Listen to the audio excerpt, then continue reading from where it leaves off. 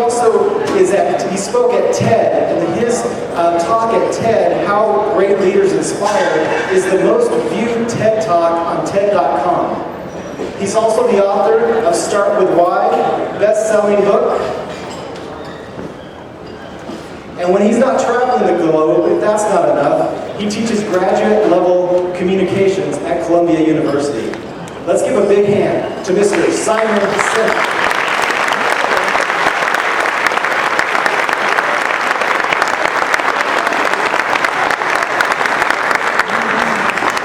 Thanks very much. What I love about events like these is this. It's everyone coming together. It's this that makes these things special. And it's this that makes organizations successful, believe it or not.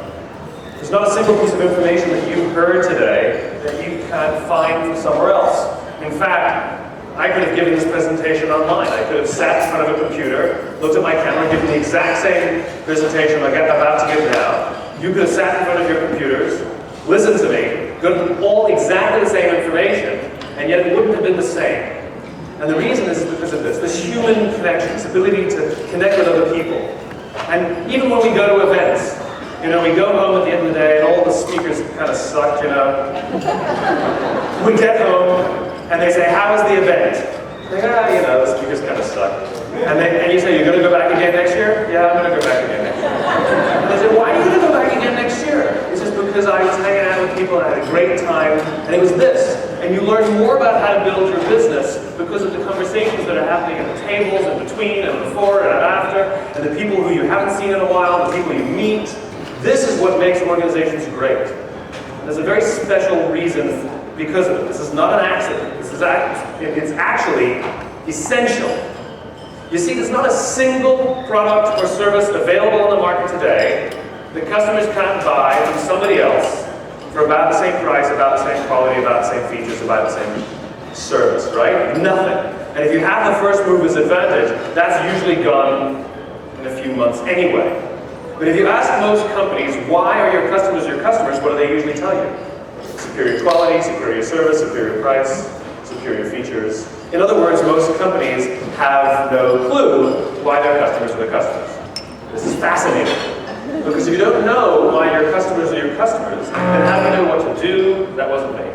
How do you know what to do or what to say to attract more or to keep the ones that you have loyal? As it turns out, there's only two ways to influence human behavior. You can either manipulate people or you can inspire them. Examples of manipulation in the business world we're all very familiar with, things like dropping your price. If you drop your price low enough, people will do business with you. Right? This is the concept behind a sale. Things are priced to move. Promotions, 2 for 1, free toy inside. And if you're in the B2B space, we call it value added. The concept is the same. It's giving stuff away for free to reduce someone's risk. They'll choose you over the competition. It is inherently manipulative. Fear. We see lots of fear used in marketing. Right? You can scare people into doing all kinds of things. Ever watch TV and have some promo for the news? Your kids will die from drinking water, tune in at 11. That's called using fear. And then you tune in and it's really not that special. It's like if you have lead pipes or something, it's not such a big deal. But what they're using is fear to get us to tune in over and over and over again. And it works. We do. We absolutely tune in. Aspirational messages. We're often told that you have to be aspirational as well. Well, I like to joke that you can get someone to join the gym with an aspirational message, but to get them to go 3 days a week, that requires a little bit of inspiration. One of my favorite manipulations is that of novelty, or what companies like to call innovation. Real innovation changes the course of industries, if not society. The fax machine, the light bulb, the microwave oven. This is innovation. Adding a camera to your cell phone, wonderful feature, but not an innovation. It's the difference between steps and leaps. And what companies call innovation is really novelty. It's the latest shiny thing. In the 1970s, do you know how many choices of Colgate toothpaste there were? Two choices. Do you know how many there are now? 27. 27 different choices of Colgate toothpaste, which means their competition is offering about the same number of products, about the same price, about the same quality, about the same features. So there's literally hundreds of choices of toothpaste, and yet I have no data to show that people are brushing their teeth now more than they were 30, 40 years ago. What happened was business was good, and then competition increased, globalization, etc., and the metric went down. Whether it's profitability or market share or revenues, it doesn't matter. The metric went down. And so to combat that, what did they do? They added a new product. This one has fluoride or something. And the metric went up because people thought, ooh, shiny, and they tried it out. Except the competition matched the product. Competition has a horrible way of doing that. And the metric went down again. Well, it worked the first time, so we'll try it again. And again, and again, and again, and again. And before you know, you've got 27 different line extensions. And what's their biggest complaint these days? How do we differentiate ourselves? This is funny to me. How do we get out of a problem that we created?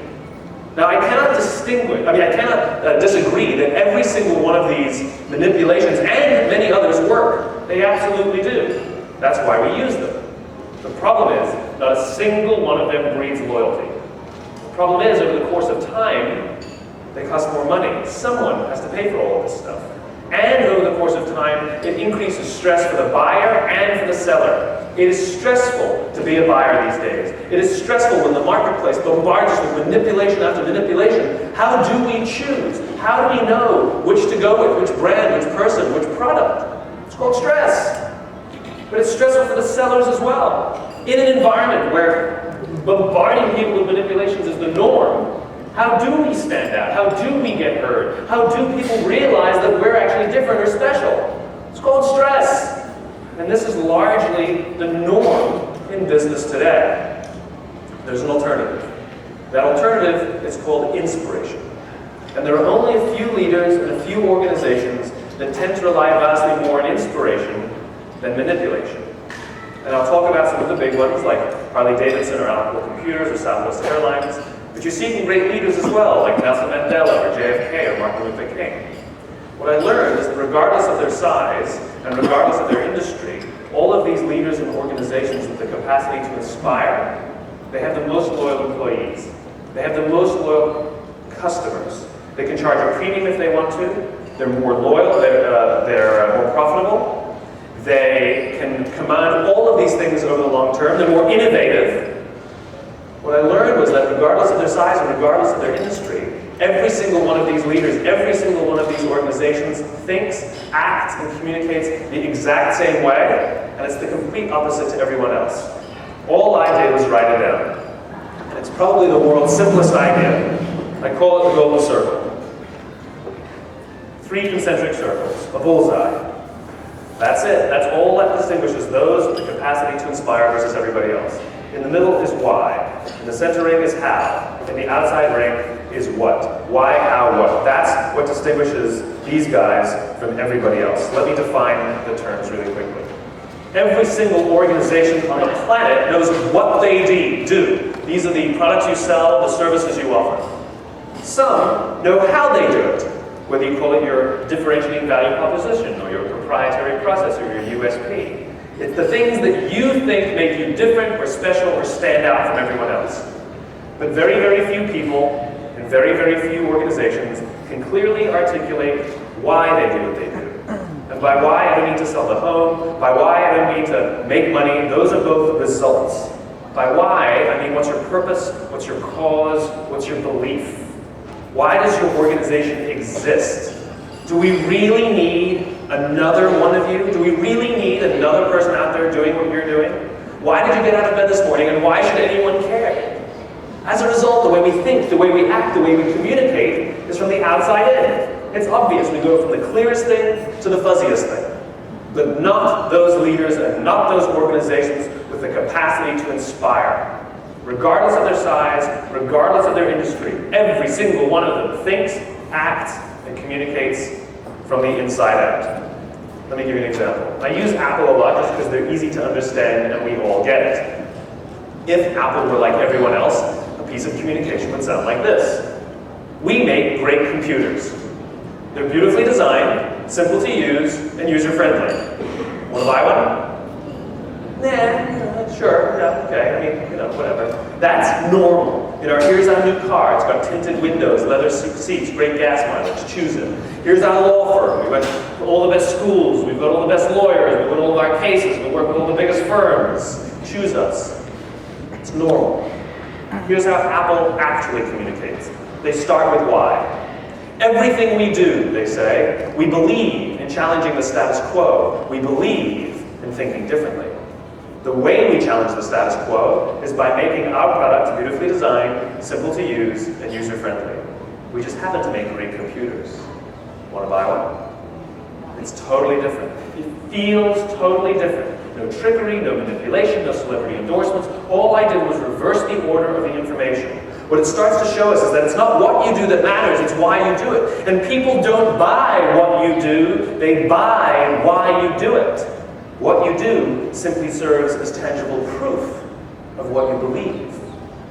When you understand why you do what you do, it gives you tremendous flexibility as well. Every single person in this room is perfectly comfortable with the idea that Apple sells computers.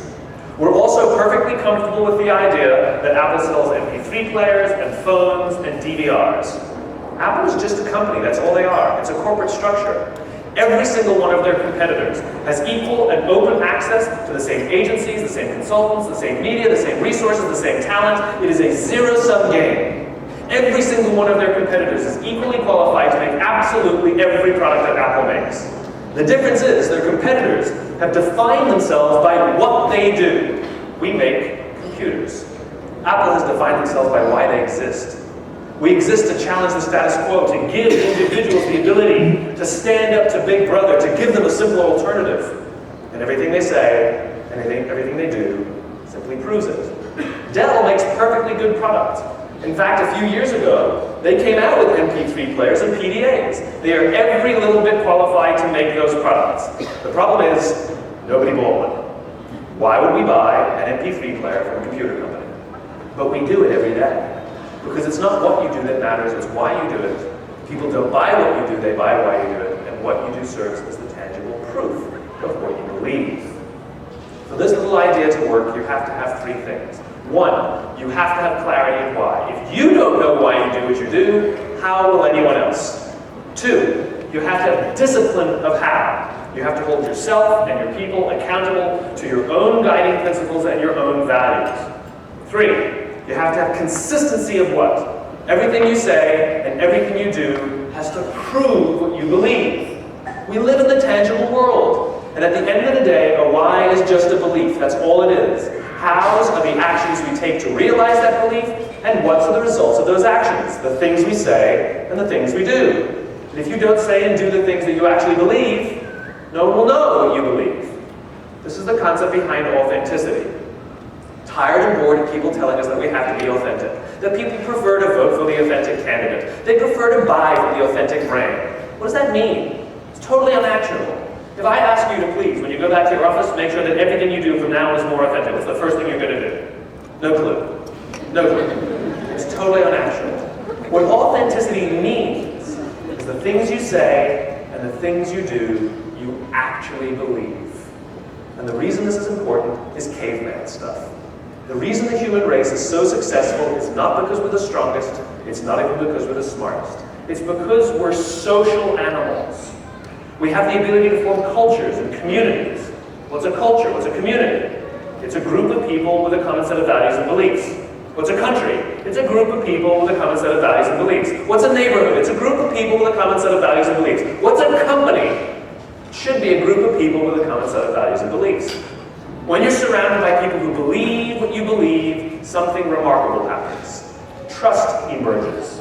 Make no mistake of it, trust is a feeling. Trust is a human experience. Simply doing everything you say you're going to do does not mean people will trust you. It just means you're reliable. We all have friends who are total screw-ups, and yet we still trust them. Trust is born out of the sense of common values and common beliefs, and it is absolutely essential for our own survival. And the reason is simple. Is because when we trust others and others trust us, we're more willing to explore, we're more willing to take risks, we're more willing to experiment, which requires failure, by the way. All of the confidence that there are those around us who are looking out for our well-being. They will look after our stuff while we're gone. They will help us up if we fall over.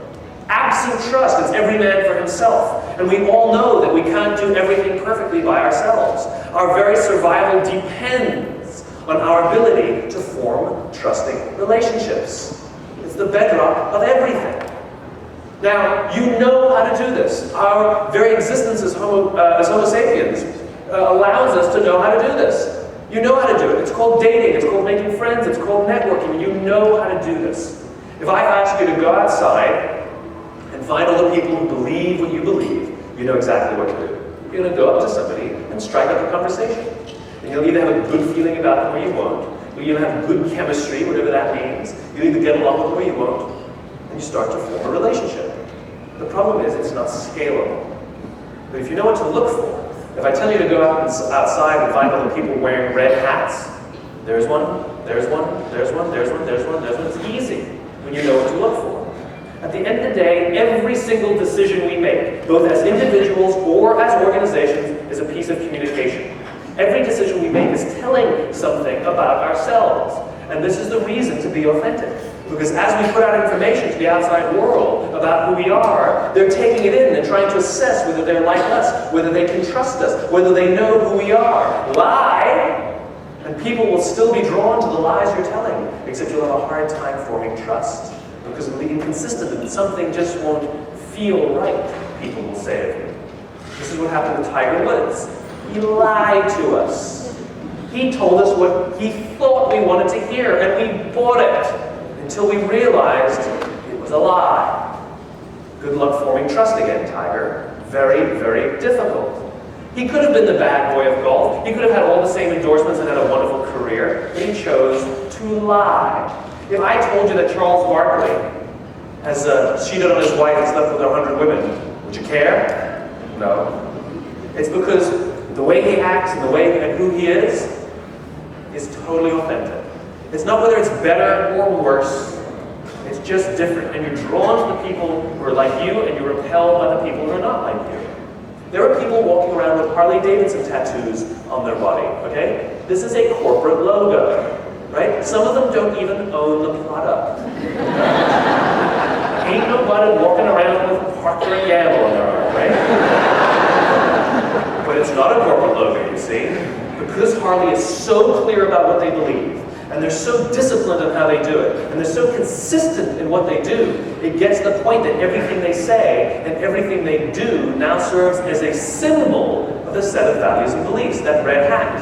And if you know what symbols people are using, you can identify something about them. This is the reason why, whether you believe in the Harley Y or not, when somebody walks past you with a Harley tattoo on their arm, we give them a wide berth.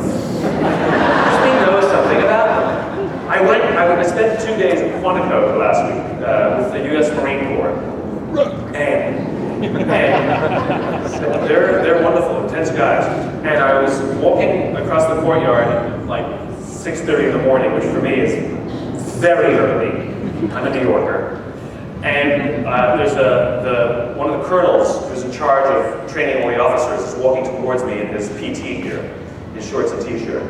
And sees me from across the courtyard, and the first thing he says to me is, "How many miles did you run this morning?" And that's how they speak, by the way. And I said, "None."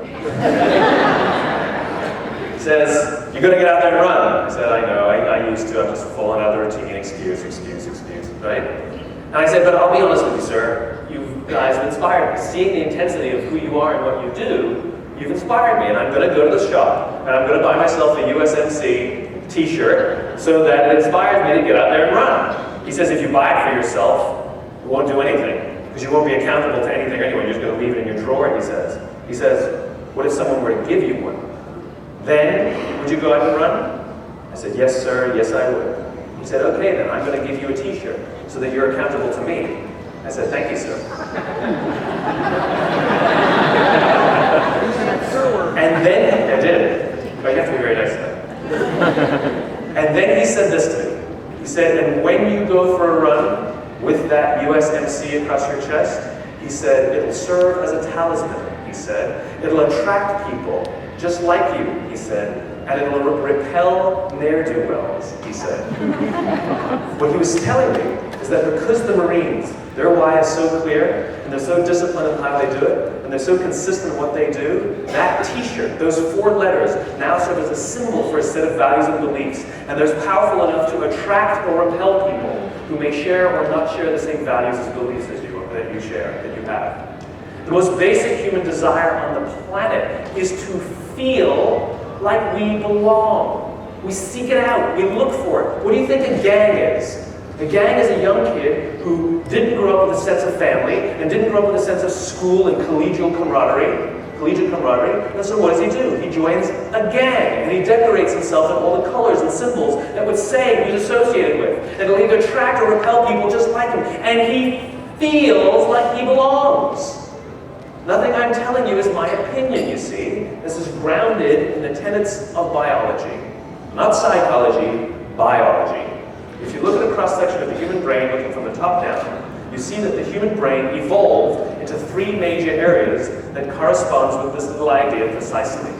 The outside area of the brain is called our neocortex. It's our newest brain, our Homo sapien brain, and it's responsible for all of our rational and analytical thought and language. The middle two sections make up our limbic brains, and our limbic brains are responsible for all of our feelings, like trust and loyalty. It's also responsible for all human behavior, all decision-making, and it has no capacity for language.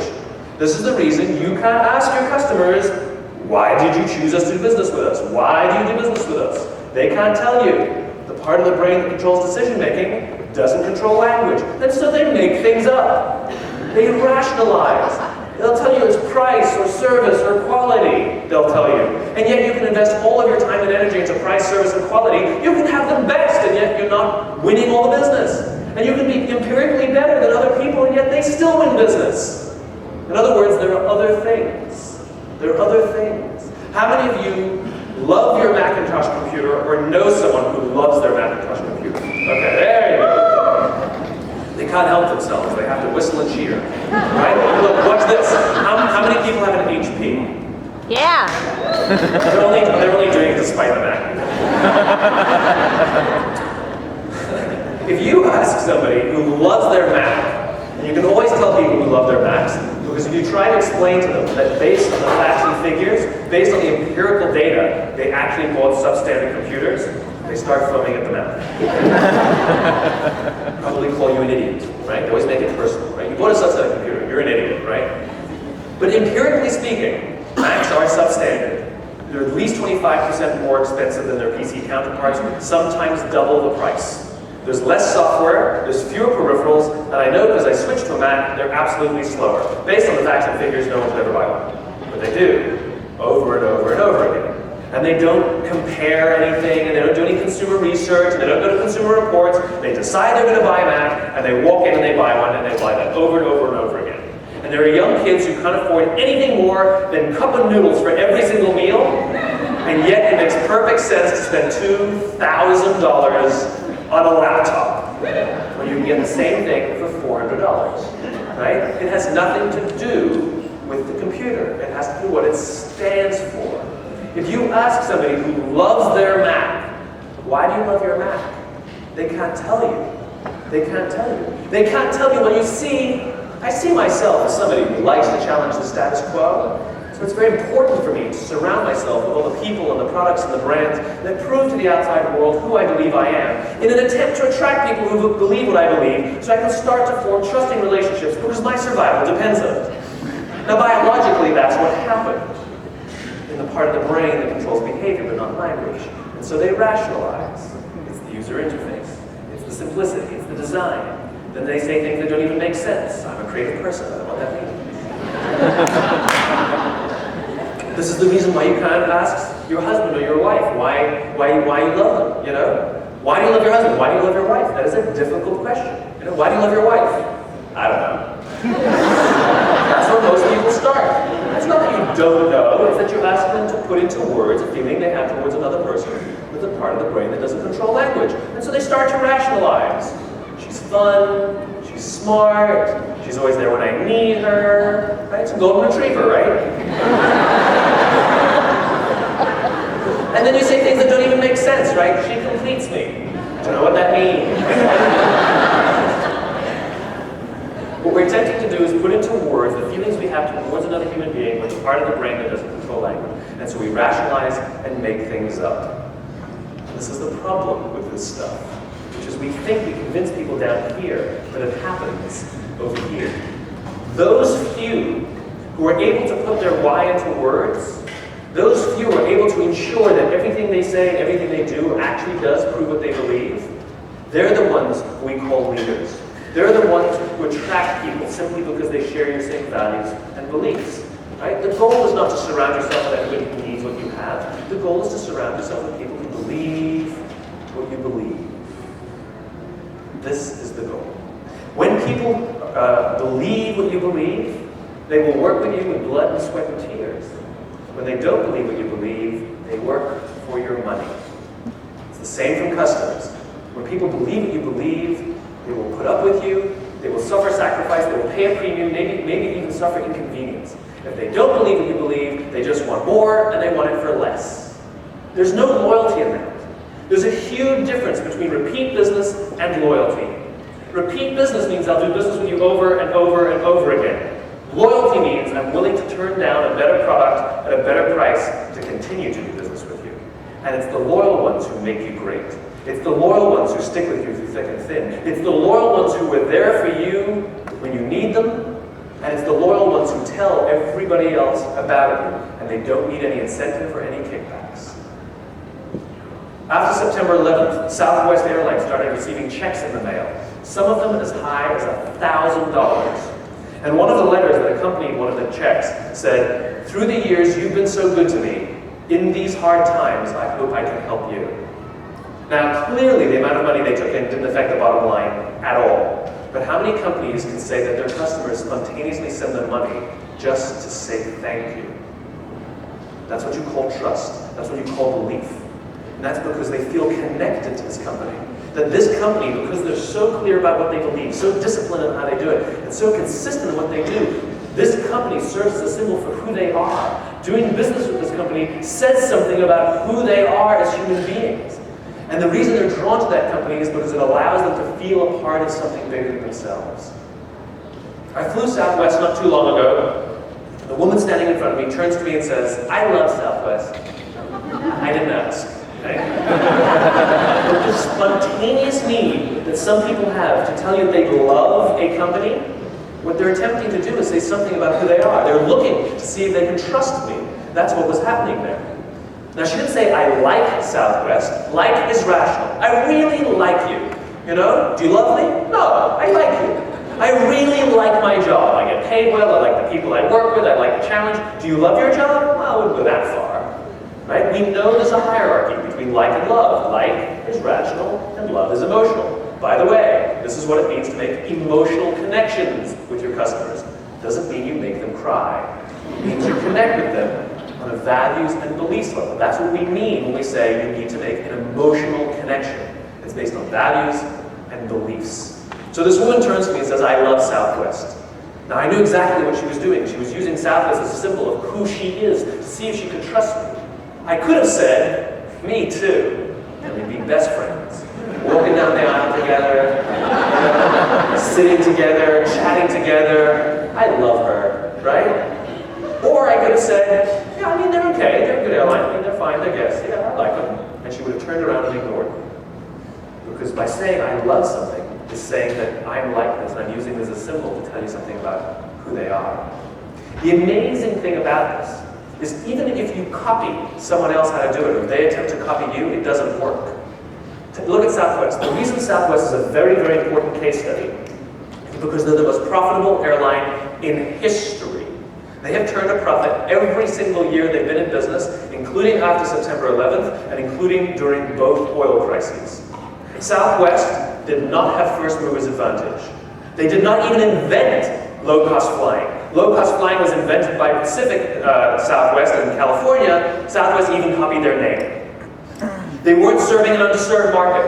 The local Texas market, which is where Southwest was founded, was already being served by the big airlines and Braniff International and Texas International. There's nothing different about Southwest except for one thing. They were founded at a time when only 15% of the traveling population took a plane. So they said, what about the other 85%? What they said was, we compete against the car and the bus. What they meant was, we're the champion for the common man. And when you're the champion for the common man in a day and age when air travel is expensive, how do you do business? You have to be cheap. It's an imperative. And in a day and age when air travel was elitist, remember we used to wear ties on planes, right? And you're the champion for the common man, how do you do business? You have to be fun. It's an imperative.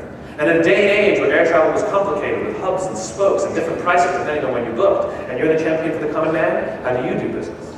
You have to be simple. It's an imperative. 2 prices, nights and weekends and daytime. That was it. And everything they said and everything they did proved it. Their product, their service, who they hired, their marketing. You're free to move about the country, they said in their marketing. That's a cause that has nothing to do with any product differentiation. It's what they believe. And it's a belief that is clear inside and outside their company. If you go to the Southwest headquarters in Dallas, and you go to the cafeteria, the company store is in the cafeteria. Do you know what the company store is called? The Freedom Store. It's what they believe. And everything they say and everything they do proves it. Flash forward 35 years, and the big airlines, Delta and United, see this low-cost model and they say to themselves, we need us one of those. And I have no issue with that. You can have as many products and services as you want. That's market-driven.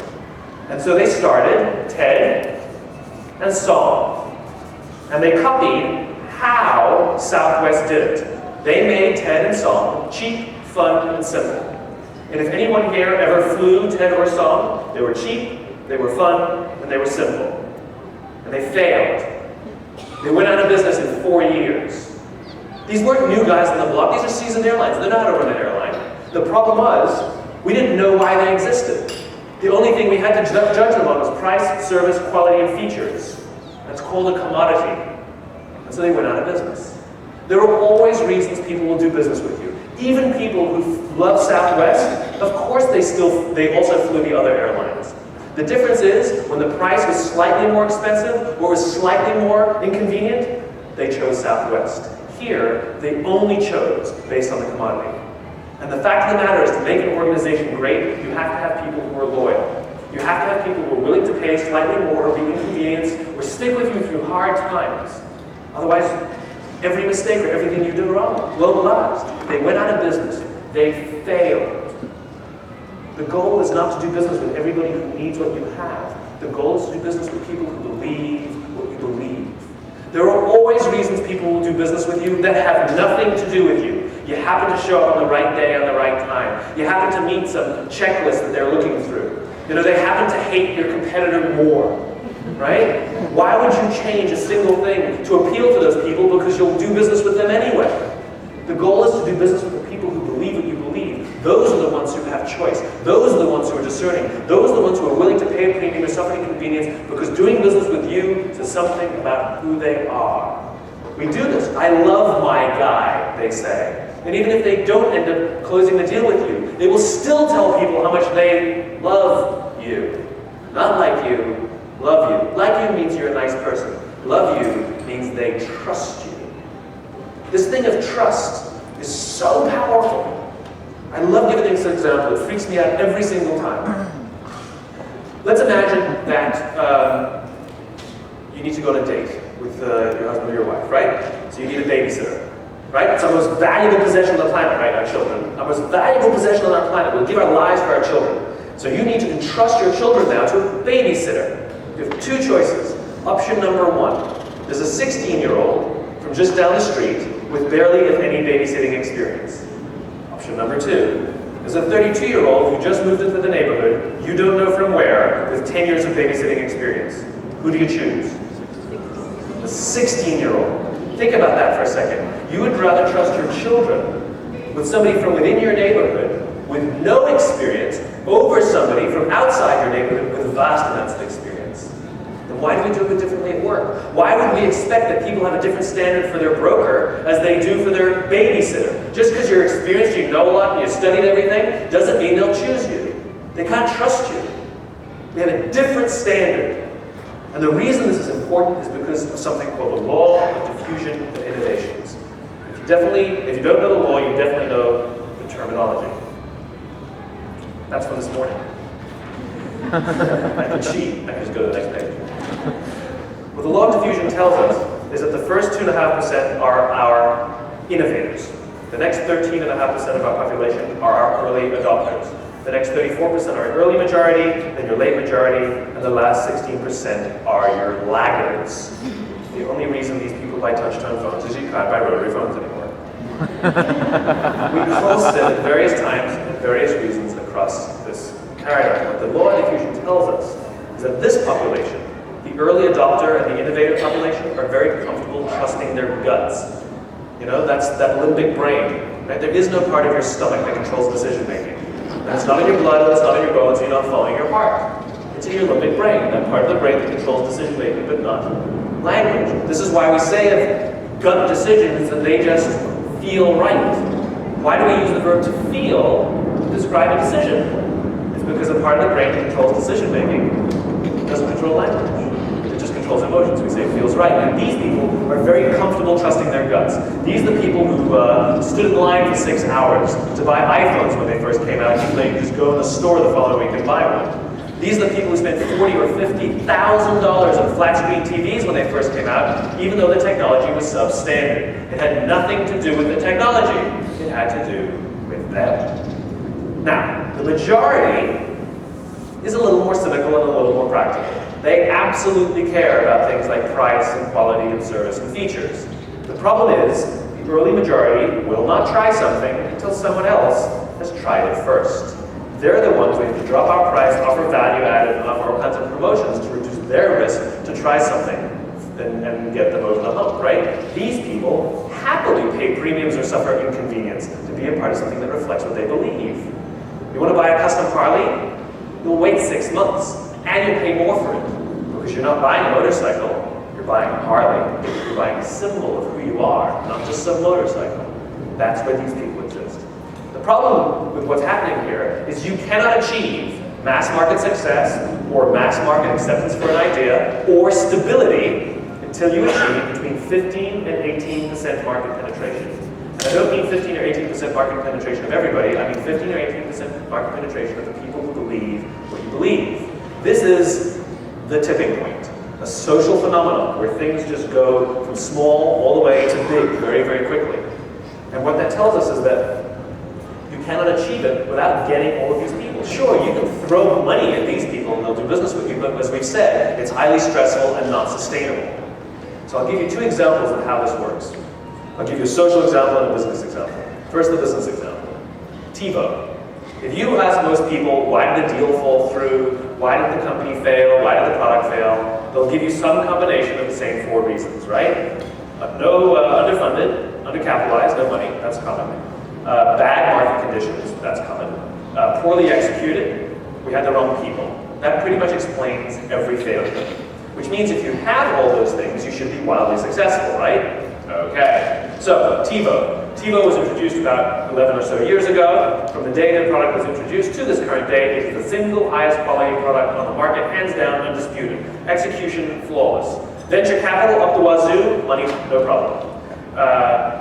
Market conditions, the unaided awareness of TiVo. We all know what TiVo is, we use it as a verb. My TiVo stuff on my piece of junk Time Warner DVR, right? And they hire some of the best people money can buy, brilliant engineers. TiVo's a commercial and financial failure. They've never made money. And when their company went public, it launched about $40 or $50, very quickly plummeted, except for a couple of little blips, have never traded above $10. TiVo is a commercial and financial failure. And the reason is, when they launched their excellent product, they told the mass market what it does. They said to the mass market, we have a product that pauses live TV, skips commercials, memorizes your viewing habits, and records on your behalf without you even asking. And the cynical practical majority said, I don't need it, I don't like it, I don't want it, you're scaring me. So they didn't buy one. There were a few early adopters who did, about 10%. Even if you ignore everything I'm telling you, you'll always have about 10% loyal because law of averages dictates you will. It's just not enough to make a tip.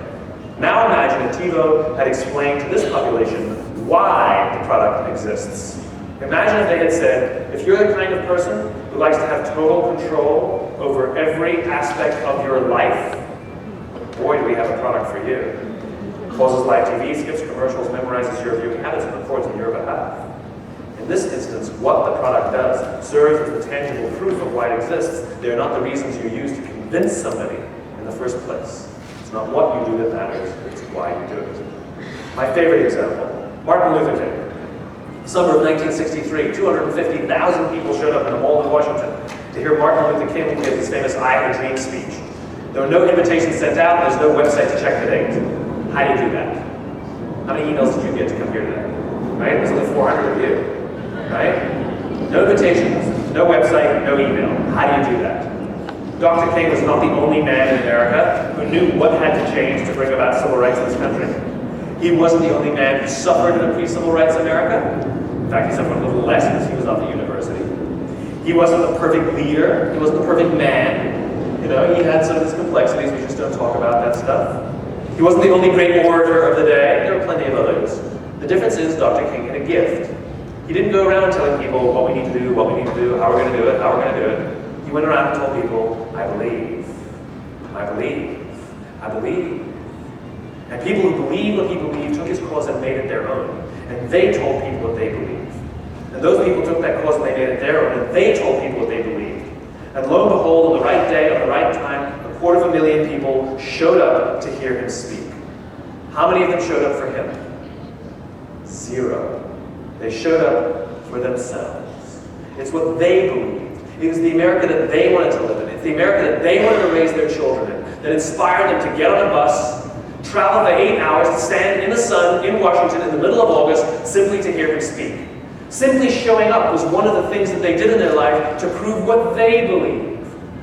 And by the way, Dr. King gave the I Have a Dream speech, not the I Have a Plan speech. Ain't nobody was inspired by any plan. Think about politicians today, everybody's got a comprehensive 12-point plan. Right? Tell me what you believe. Tell me what you believe.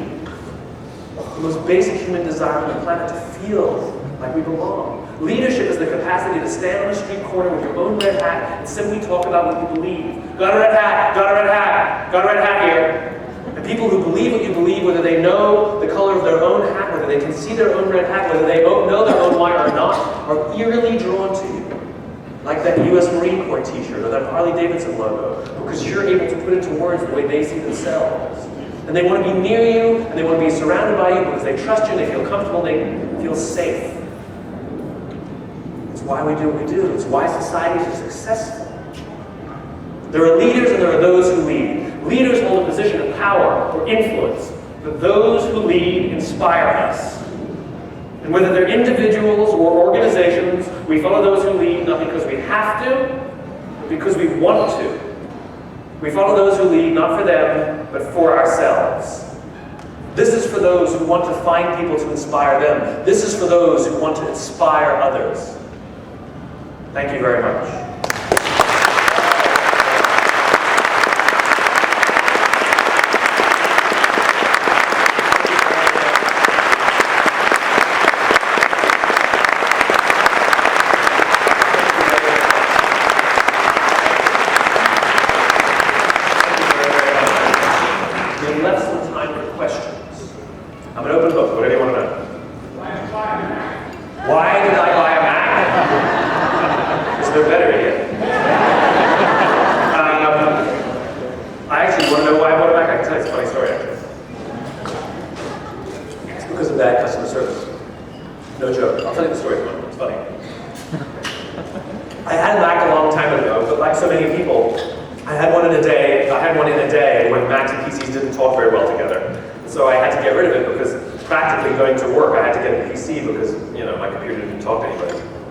So I got a PC and I got used to it and it was fine. And whatever. And the new Vista came out, the operating system. And I called some folks at Microsoft who I know, and I said, I used to buy Dells all the time. And I called them up and I asked them, what are you running Vista on? What laptops are you guys running Vista on? And they said HP, and I figured it was good enough for Microsoft, it's good enough for me, right? That's how loyal I was to Dell. I asked one person and boom, I switched brands immediately, right? And so I bought a new HP laptop, you know, all whistles and bells with my Vista operating system. And it didn't go so well. For those of you who have PCs, you know that blue screen crash, which is like the blue screen of death? The computer's way of laughing at you. They say that the correct number of blue screen crashes you're supposed to get per year is about 2 or 3. I had 12 in the first week. And so I didn't know if it was a hardware problem or a software problem. So I called HP and I called Microsoft to get customer service. This is all real, I'm not even exaggerating. I called HP and was on hold for 2 hours. I know because I watched an entire movie while on hold with my phone on speaker. And they said, due to high call volumes, it was 1 o'clock in the morning. You know? And then after 2 hours, it hung up on me. And it took me an additional week to finally get hold of somebody at HP. And I said, you got to take this computer back. I can't deal with it. They said, we would have taken it back if you called us in the first week, but it's been 2 weeks, we won't take it back. True. They talked to me like I was an idiot. And the good news is they did actually tell me the reason I kept having the blue screen crashes. Apparently I was sending email and I shouldn't have been doing that. Bad sign. I'll never learn. The people at Microsoft, I called Microsoft, somebody picked up the phone immediately as soon as the phone rang. And they said, we have to put you on hold for about 15 minutes, or we can have someone call you back in 15 minutes, whichever you prefer, to put you to the right person. Would you rather wait on hold, or would you rather us call you back? And I said, call me back then. And 15 minutes later, on the dot, the phone rang. It was the engineer, not somebody that put me in another line. It was the engineer to help me. And they talked to me like I was an adult. It was wonderful. And we got the computer working again, and it was just a pleasure. And the next day I got a phone call that said, hey, we're just calling to check to make sure it's still working. You know, we're going to keep the ticket open a little longer. And I got an email that says, still working? We'll keep the ticket open a little longer just to make sure everything's still working. To this day, I have no clue if it was a hardware problem or a software problem, but I blame HP. That's how powerful looking after people is. Now, because I know about this stuff, I can get mischievous. So at the end of one of my phone calls with HP, I said, quick question for you. We're off the record, we're all good to go, you got my computer running again. Quick question for you. Do you like your job? He said, do you have any more questions, sir? I said, come on, you can turn off the tape recorder. Just want to know if you like your job. Do they treat you well? Sir, do you have any more questions? I said, no, I'm fine, thank you. Did the same thing at the end of the Microsoft call. I said, do you like your job? He said, yes, sir, I love my job. I said, they look after you over there? He says, yes, sir, it's like a family over here. You want to know why my customer service was better? It wasn't because of the script, it wasn't because of the training. It's because people look after people. And if you look after your people, they'll look after everybody else. Like I said, to this day, I have no clue if it's a hardware problem or a software problem, but I blame HP. Now, the reason I got a Mac is I got home from a business trip, turned on my computer, and got a blue screen crash at 1 o'clock in the morning, and was so frustrated and so angry that I went to the 24-hour Apple store and bought a Mac.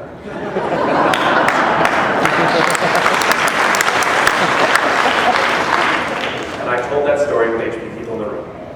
Yes. If I had a brilliant question for you, what would it be? That's a very brilliant question. I'd go with that one.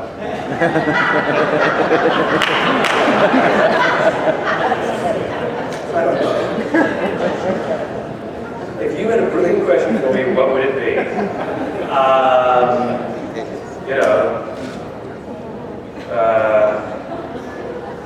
I have no clue. Speechless. I can think of a few. If you had so I'll tell you what a brilliant question for me would be.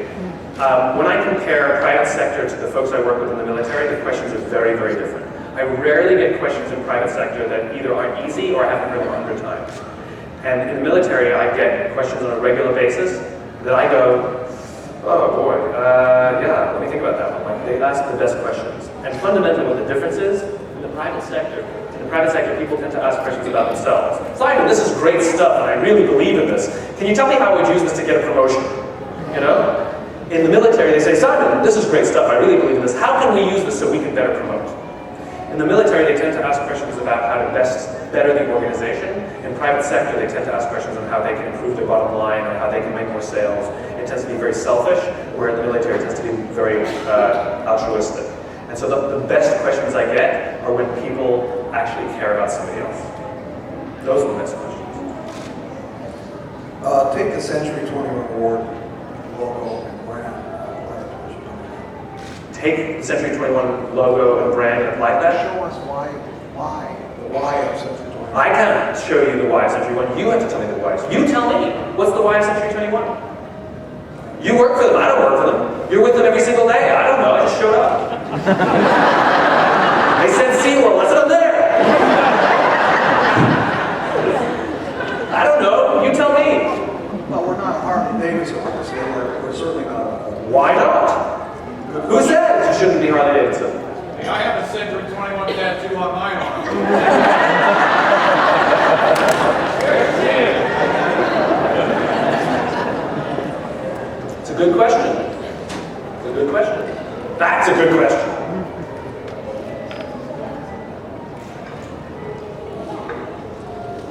whoever. Hi. Yes. Or that. In your opinion, Yes. out of any U.S. entity, what would you say has the clearest sense of why and why do you believe that in terms of a company or a product? Other than the ones you've already talked about. What American organizations have a clear sense of why?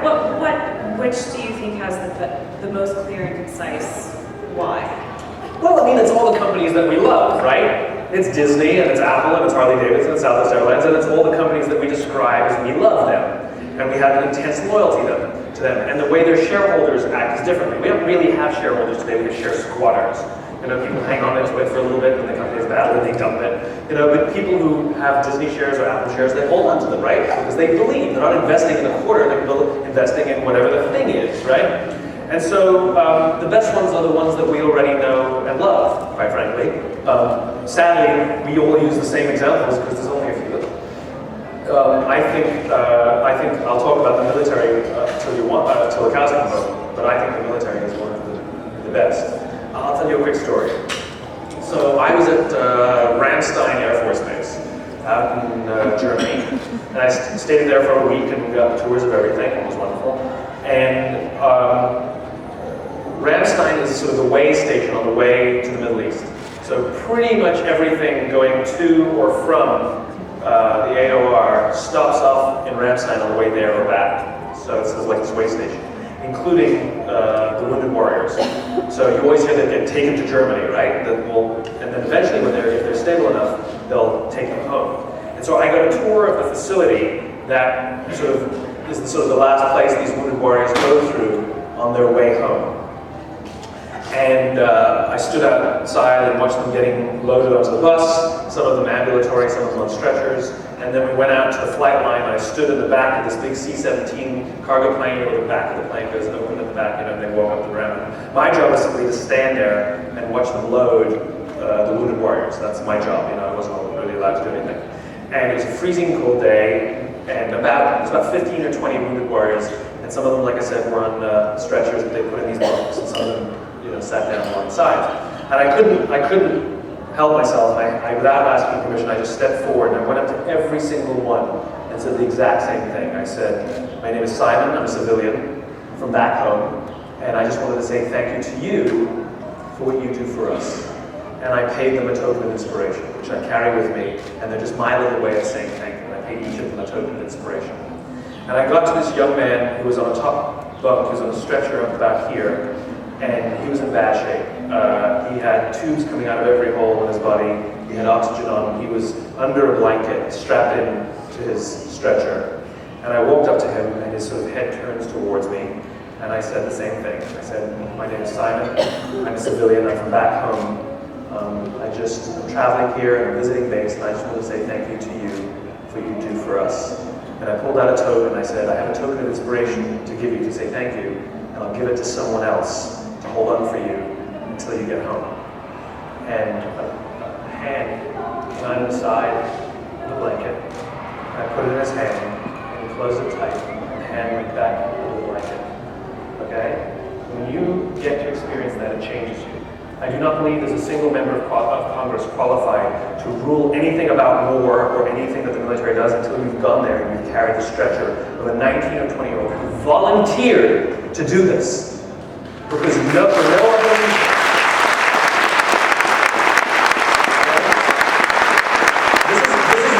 This is not like the first Gulf War, where we send kids off to war like, wait, what do you mean I have to go to war? These are kids who, when they signed up, they knew they were going downrange. Okay? And they volunteered for no other reason than they fundamentally believed in this vast experiment that we have called America. Right? And, I don't complain about how tired I am anymore. Because these kids put themselves on the line for no other reason for us. And so those are the people that I respect more than anybody else on the planet. More than anybody.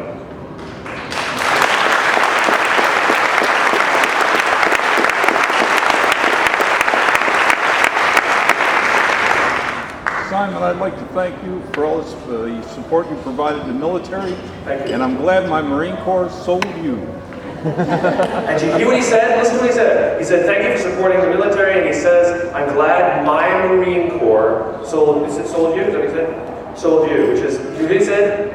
My possession. He used a possessive verb, what is mine?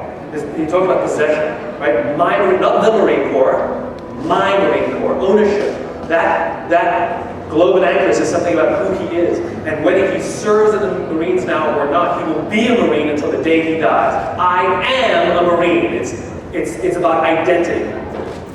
Love that. Thank you.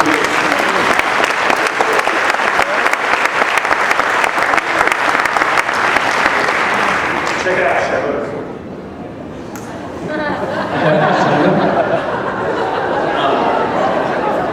Note to self, when doing a speaking engagement, don't point at something more interesting than yourself.